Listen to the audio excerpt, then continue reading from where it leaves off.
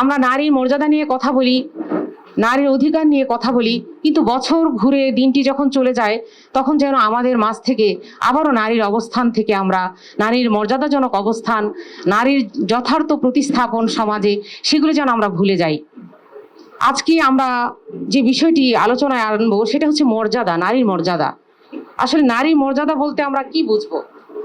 সাধারণত আমরা বুঝবো সেটা হচ্ছে যে নারীর প্রাপ্য এবং পাওনা, অর্থাৎ নারীর যে অধিকার রয়েছে, নারীর কর্তব্যের সঠিক বিশ্লেষণ, সামাজিক জীবনে তার যথার্থ মূল্যায়ন হচ্ছে কিনা, এটাই কিন্তু আসলে মর্যাদাজনক একটা অবস্থান আমরা বুঝে থাকবো। অর্থাৎ নারীর যথার্থ মূল্যায়ন হচ্ছে কিনা, নারীর অধিকার পারিবারিক, সামাজিক, রাজনৈতিক, অর্থনৈতিক, জাতীয় এবং আন্তর্জাতিক সকল ক্ষেত্রে সমানভাবে মূল্যায়ন করা, এটা আসলে আমাদের সমাজে কতটা আছে, এটা আজকে সবার কাছেই বিষয়টা প্রশ্নবোধক হয়ে দাঁড়িয়েছে। উপস্থিত প্রিয় সুধী, আমরা যদি চিন্তা করি আমাদের সামনে এই যে একটার পর একটা ঘটনা ঘটে গেল, নারী এবং শিশু, নির্বাচন পূর্বে নারীর উপর যে সহিংসতা হয়েছে, নির্বাচন পরবর্তী সময়ে একটা দল বিজয় লাভ করেছে, এখানে তো একটা সুস্থি এবং শান্তির একটা পরিবেশ বিরাজ করার কথা ছিল, কিন্তু বাস্তবে কি আমরা কি দেখতে পেয়েছি? আমরা সেটা দেখতে পাইনি। নির্বাচন হয়েছে 24-এর গণ আন্দোলনের ফলশ্রুতিতে। আমরা দেখেছি যে এই যে জুলাই সনদের উপর ভিত্তি করে কিন্তু নির্বাচনটা হয়েছে, কিন্তু নির্বাচনের ক্ষমতা এসে আমরা জুলাই সনদকে অস্বীকার করে বসেছি। যেই পাটাতনের উপর আমি দাঁড়িয়ে আছি সেটাকে অস্বীকার করা, সেটা তো আমারই আত্মঘাতী একটা অবস্থানের সামিল, তাই না? আত্মঘাতী পদক্ষেপ। তো আমরা আশা করব এই আন্তর্জাতিক নারী দিবস উপলক্ষে আলোচনার ক্ষেত্রে, কারণ নারীর আলোচনা থেকে এটা বাইরে নয়, জুলাই সনদের যে কতগুলো কন্ডিশন ছিল, শর্ত ছিল, সেগুলোর সাথে কিন্তু প্রায় 30টার বেশি দল একমত হয়ে কিন্তু আমরা জুলাই সনদ স্বাক্ষর করেছি, এবং সেটা জাতীয় মতামতের প্রকাশ ঘটেছে। 68% মতামত এখানে এসেছে, তাই না? অর্থাৎ অধিকাংশ জনতা জুলাই সনদের পক্ষে মত দিয়েছে। তাহলে এটা বাস্তবায়নের ক্ষেত্রে এত গড়িমসি কেন? এখানে কিন্তু নারীর অধিকার, মর্যাদা, মূল্যায়নের অনেকগুলো পয়েন্টস আছে, আমরা জানি। একটা নারীর ক্ষমতার ভারসাম্য নিয়ে আসা, নারীদেরকে যথাযথভাবে ইলেক্টেড করে তাদেরকে নিয়ে আসা, সংসদে জনগণের প্রতিনিধি করে নিয়ে আসা, নারীর আসনগুলোকে গ্রাজুয়ালি বাড়ানো, হ্যাঁ, যেটা আমরা জানি মিনিমাম 5% এবং 30% পর্যায়ে নিয়ে আসা, এগুলো কিন্তু জুলাই সনদের অনেকগুলো অন্যতম কন্ডিশনের মধ্যে এগুলো আছে। তো এই যে জুলাই সনদকে অস্বীকার করা মানে কিন্তু নারীর মর্যাদাজনক অবস্থায় নিয়ে যাওয়ার ক্ষেত্রে একটা ব্যারিয়ার তৈরি করা।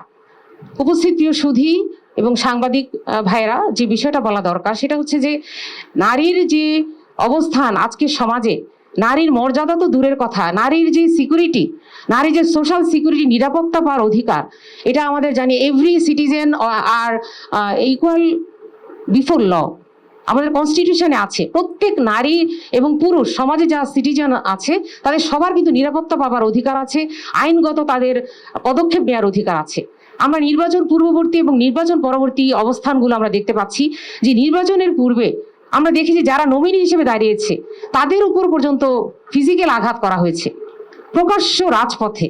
এটা কি বিশ্বাসযোগ্য একটি সমাজ, সভ্য সমাজে আমরা বসবাস করছি? আমরা দেখেছি নারীকে প্রকাশ্যে তাদের পেটিকোট খুলে নেওয়ার হুমকি দেওয়া হয়েছিল সেই সময়। আজকে তারাই কিন্তু ক্ষমতায় এসেছে, যার কারণে আমরা দেখেছি যে সুস্থিজনক একটা পরিবেশের পরিবর্তে আমাদের সমাজে এমন একটা অবস্থা তৈরি হয়েছে যে শিশুগুলো পর্যন্ত নিরাপদ না। এই যে তাহিয়া হত্যা হলো, নরসিংদীর যে মেয়েটিকে তার বাবার তাকে গণধর্ষণ করার পরে তাকে সালিশ, এখানে পলিটিক্যাল সালিশকৃত হওয়ার কথা ছিল না। আসলে এই যে জনগণের সচেতনতার অভাব, এটা আইনগত পদক্ষেপ না হয়ে পলিটিক্যাল একটা সালিশ বসা হয়েছিল, এবং সেখানে আমরা দেখেছি কেন মেয়েটির কর্তৃপক্ষ মেনে নেয়নি। সে কারণে মেয়েটিকে নিরাপদ পরিবেশে নিয়ে যাওয়ার জন্য যখন বাবা তাকে নিয়ে যাওয়া হচ্ছিল তখন তার কাছ থেকে ছিনিয়ে নেওয়া হলো মেয়েটিকে, এবং সেই মেয়েটিকে হত্যা পরের দিন পাওয়া গেল একটি ক্ষেতের মধ্যে তাকে ফেলে রাখা হয়েছে। এরকম ঘটনা আমরা ঝিনেতাতে দেখেছি।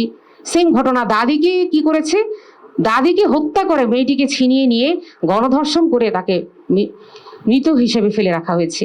আমরা দেখেছি ঢাকা শহরে একটি মেয়েকে, ছাত্রীকে, সম্ভবত জিগাতলাতে একটা মেয়েকে, 8ম শ্রেণীর ছাত্রী, বিন্নি মেয়েটির নাম, বিনতি না বিন্নি হবে, শারমিন বিনতি, তাকে বাসার সামনে কুপিয়ে, তার বাড়ির সামনে কুপিয়ে গিয়েছে।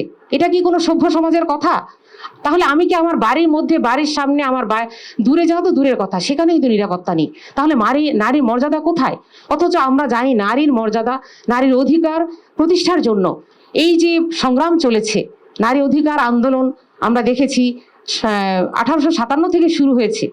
আজকে জাতিসংঘ যে আন্তর্জাতিক দিবস ঘোষণা করেছে, নারী দিবস, সেটা পালন করছি আমরা, কিন্তু তার পেছনের ছায়া, সেই বাতির নিচে অন্ধকার আমরা দেখতে পাচ্ছি। অন্ধকার একটি জগৎ তৈরি হয়েছে। এটা এই যে পশুত্বের সমাজ তৈরি হয়েছে, এটা কি একদিনে হয়েছে? একদিনে হয় নাই। বিগত যে 15 বছরের শাসন, দুঃশাসন, স্বৈরাচার যে ব্যবস্থা, সেই স্বৈরাচার ব্যবস্থার ফলশ্রুতি আমরা দেখেছি শিক্ষা প্রতিষ্ঠানগুলোতে যে অনৈতিকতার যে সিলেবাস সেখানে সংযোজন করা হয়েছিল, সেগুলোর ফলশ্রুতি কিন্তু সবকিছু মিলে আজকে এই সমাজটা এতটা অনিরাপদ হয়ে গেছে, যেখানে একটা শিশু 4 বছরের যে তাহিয়াকে কিভাবে হত্যা করে সেখানে সেফটি ট্যাঙ্কি, তার সেই লিফটের নিচের ট্যাঙ্কির মধ্যে ফেলে রাখা হয়েছে। এবং যখন সে মামলা দিতে গিয়েছে, তার পরিবার বলা হয়েছে মাইনা নেন, ঘটনাটাকে মেনে নেওয়ার কথা বলা হচ্ছে। তাহলে কোথায় আমাদের প্রশাসন, কোথায় আমাদের সমাজ? তো নারীর অবস্থান, আমরা একটা বিষয় আমি মনে করব, সচেতন যারা আছেন, আসলে একটা পোস্ট হোল্ড করার মধ্যে কিন্তু নারীর অধিকার মর্যাদা প্রতিষ্ঠিত হয় না। আমাদের সর্বোচ্চ জায়গায় তো আমাদের সর্বোচ্চ নারীরা ছিলেন, আমি আর নাম উল্লেখ করবো না। স্বৈরাচার আমলে আমরা কতটা দুঃশাসন দেখেছি। সুতরাং একটা পোস্ট হোল্ড করার মধ্যে নারীর মর্যাদা নয়। আমরা দেখেছি আমাদের সেই কুষ্টিয়া বিশ্ববিদ্যালয়, ইসলামিক বিশ্ববিদ্যালয়, সেখানে যে আসমা হত্যা হলো, আসমা সাদিয়া রুনা, সে head of the department, social welfare সমাজকর্ম ডিপার্টমেন্টের, সেখানে কিন্তু সে সর্বোচ্চ পোস্টে ছিলেন। সে নারী সততার সাথে, সে অনৈতিকতার সাথে, সেখানে অনৈতিকতা গ্রহণ করা হয়নি। সেখানে যে অর্থনৈতিক যোগ সাজস করা হয়েছিল, তার ডিপার্টমেন্টে টাকা পয়সা তসরুফ করা হয়েছিল, সেখানে উনি সাইন করেননি, সেটা ছিল তার অপরাধ। তাহলে নারী সততার সাথে তার দায়িত্ব পালন করবে, সে নিরাপদ পরিবেশকে আমরা দিতে পারছি? তার একটা পিয়ন সেখানে তাকে হত্যা করলো দিনে দুপুরে, রোজার দিনে। তাহলে সমাজটা কোথায় নিরাপদ? আমরা বলবো হয়তো তাহি একটা ছোট্ট মেয়ে, আমরা বলবো হয়তো নরসিংদীর সেই আসমা মেয়েটি, আমেনা মেয়েটি একটা দরিদ্র ঘরের মেয়ে, কিন্তু আমাদের সর্বোচ্চ টপ লেভেলের নারীরাও কি আমরা নিরাপদ? তাহলে নিরাপত্তা কোথায়? প্রিয় বোনেরা, আপনারা জানেন, আমি একটা ডাটা আপনাদের সামনে তুলে ধরছি। 2025 সালে নারী শিশু নির্যাতনের যে মামলাগুলো আমরা দেখছি, যে মামলাগুলো যে করছে, প্রায় 2000-এর চেয়ে বেশি বেড়ে গিয়েছে 2025 সালে। 24 সাল থেকে 24 সালে যেখানে ছিল 5566, সেখানে 2025 সালে হয়েছে 7068। মামলাগুলো কিন্তু বাড়ছে, এবং মামলার যে আপনার মানে দীর্ঘসূত্রিতা, আমরা জানি যে জাস্টিস হারিড, জাস্টিস বারিড একটা কথা আছে, আবার হচ্ছে আপনার জাস্টিস ডিনাইড, আর আপনার এটা কথাটা কি, মানে যত ডিলেড জাস্টিস ডিনাইড, যত দেরি করা হবে, এই যে দীর্ঘসূত্রিতা, এটা কিন্তু আমাদের সমাজে অন্যায়কে প্রতিষ্ঠার করার ক্ষেত্রে, এবং এই যে ক্রাইমগুলো হয়ে যাওয়া, নারী নির্যাতন বেড়ে যাওয়ার ক্ষেত্রে অন্যতম একটা কারণ। কারণ প্রতি বছর আমাদের মামলাগুলো বাড়ছে এবং দীর্ঘসূত্রিতা, কিন্তু এগুলো কিন্তু আসলে কি করা হচ্ছে না, সেগুলোর নিষ্পত্তির ব্যাপারে কোনো নজর দেওয়া হচ্ছে না। এই জন্য আমি আজকের এই নারী দিবসে যে বিষয়গুলো বলবো, সেটা হচ্ছে যে আমরা কিন্তু আইন দিয়ে আইন সংশোধন করেছি। আপনারা জানেন 2025 সালে ইন্টারিম গভর্নমেন্টে আসিয়া হত্যা হয়েছে, তাই না? সেখানে ধর্ষণ করে হত্যা করা হয়েছে, এবং সেটার প্রেক্ষাপটে আইনকে সংশোধন করা হয়েছে অধ্যাদেশ জারি করে। এই আপনার 5 বছরে 2বার অধ্যাদেশ জারি করে আইন সংশোধন করা হয়েছে, সর্বোচ্চ মৃত্যুদণ্ড করা হয়েছে। কিন্তু আমরা কি এর কোনো ফলস্বরূপ সমাজে কোনো বিচার ব্যবস্থাকে আমরা দেখতে পাচ্ছি যে যথাযথ এর ইমপ্লিমেন্টেশন হয়েছে? যার কারণে কিন্তু একটার পর একটা নির্যাতন বেড়ে যাচ্ছে, এবং সেটা হচ্ছে সরকারি ছত্রছায়ায়।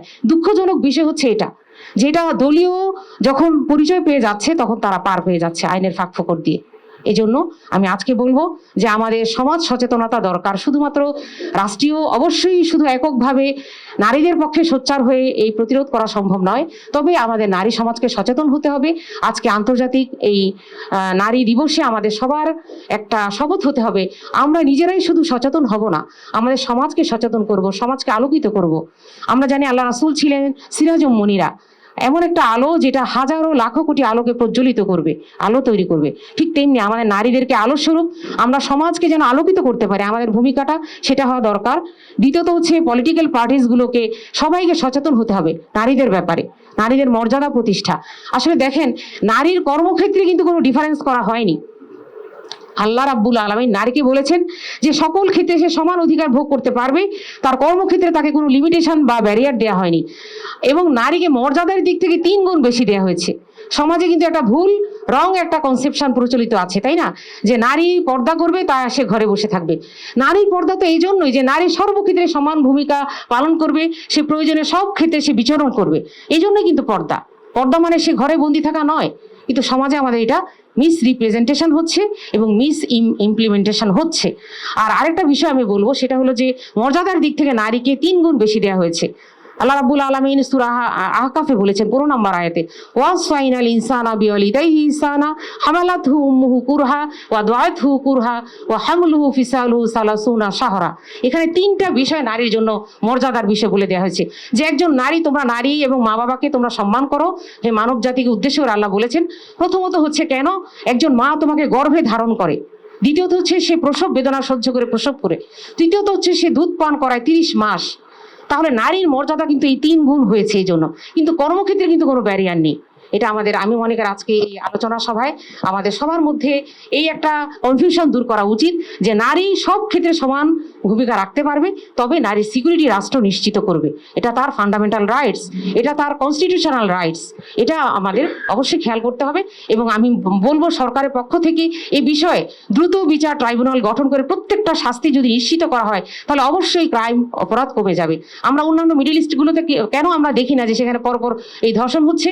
কারণ সেখানে কিন্তু প্রকাশ্যে সেখানে বিচার করা হয়। আমাদের দেশে প্রকাশ্যে করা না হোক, যে সিস্টেম আছে যে মৃত্যুদণ্ড, সেটাই সেই যথাযথ প্রয়োগ যেন হয়, সেটা আমাদের এই সরকারের প্রতি দাবি থাকবে।